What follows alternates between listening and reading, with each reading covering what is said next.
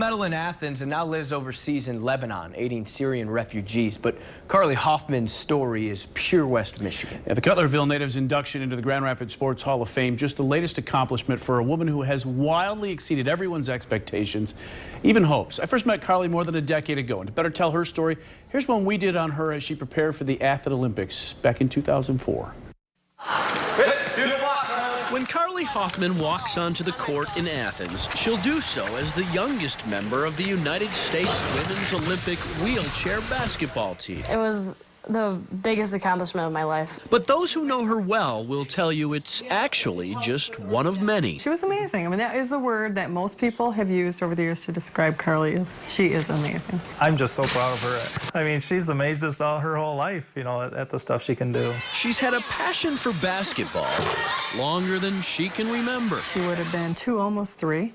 She would run up and down the driveway dribbling a basketball. Up and down the driveway, back and forth, back and forth. But later that summer, Carlee lost both of her feet and lower legs in a lawnmower accident just a month after her 3rd birthday. You know, after the accident, you're just hoping that we can get back to life somewhat normal, you know, and never dreamed it would come to this. It began with basketball as part of her rehab therapy. They asked what did she enjoy, and I said basketball. So they got out a little basketball hoop, and when they had her trying on her prosthetic legs and play therapy. Therapy she has continued for 15 years through 16 surgeries, most on her legs, some on her right hand, which was also injured in the accident. It's been awful, but you get through it. And Carlee has done much more than just that. All right. By middle school, she was playing softball, basketball, and volleyball on prosthetic limbs few even noticed. It didn't seem difficult to me because I've been doing that since I was, 4? Every morning I wake up and I put my legs on. In high school, she played first base for the South Christian JV softball team.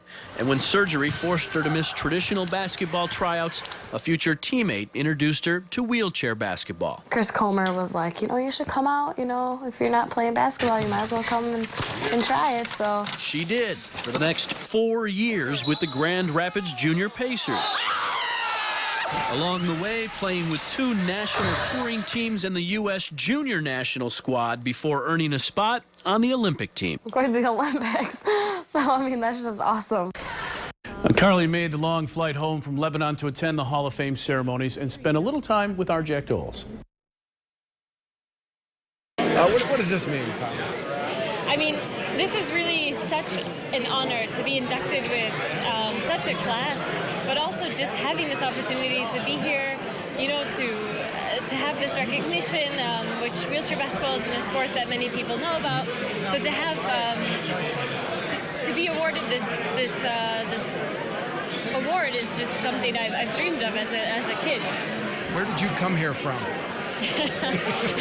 That's an interesting one. I came here from Lebanon, the country, not the city in Indiana.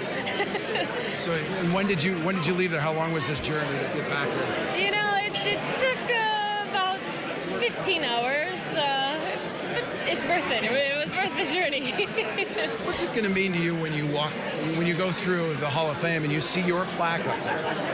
Just to see all of these names on this wall and to be associated with such greatness, it really means so much to me. It means so much for a lot of the work that I had put forth. It means a lot for my family, and it's just really, it's going to be something to show my family one day, this type of award. How did you do it? How did you overcome everything and just make people forget? Perseverance.